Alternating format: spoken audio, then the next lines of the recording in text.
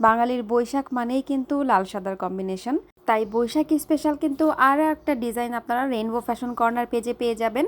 এই শাড়িটা তো আমার কাছে মনে হয় এবারে ভাইরাল শাড়ি। আমার কাছেও এই শাড়িটা কিন্তু অসম্ভব রকমের ভালো লেগেছে।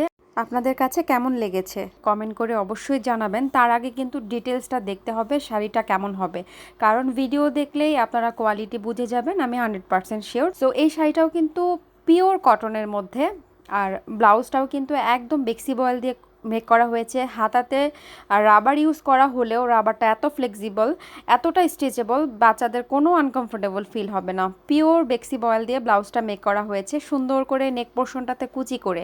আর শাড়িটা তো এত সুন্দর, জাস্ট আপনারা দেখেন, আমি আপনাদেরকে একটু দেখাই ডিটেলসে।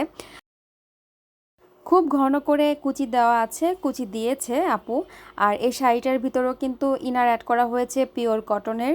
কোমর থেকে আঁচল পর্যন্ত পুরোটা একটা আলাদা করে লেস অ্যাড করে দেওয়া হয়েছে, যাতে একটা অন্যরকম লুক আসে বা দেখতে ভালো লাগে সেই জন্য।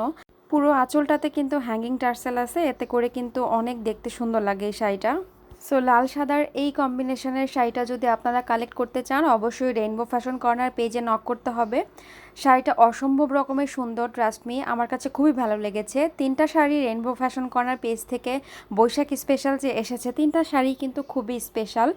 আপনারা যদি কালেক্ট করতে চান অবশ্যই পেজে ইনবক্স করবেন।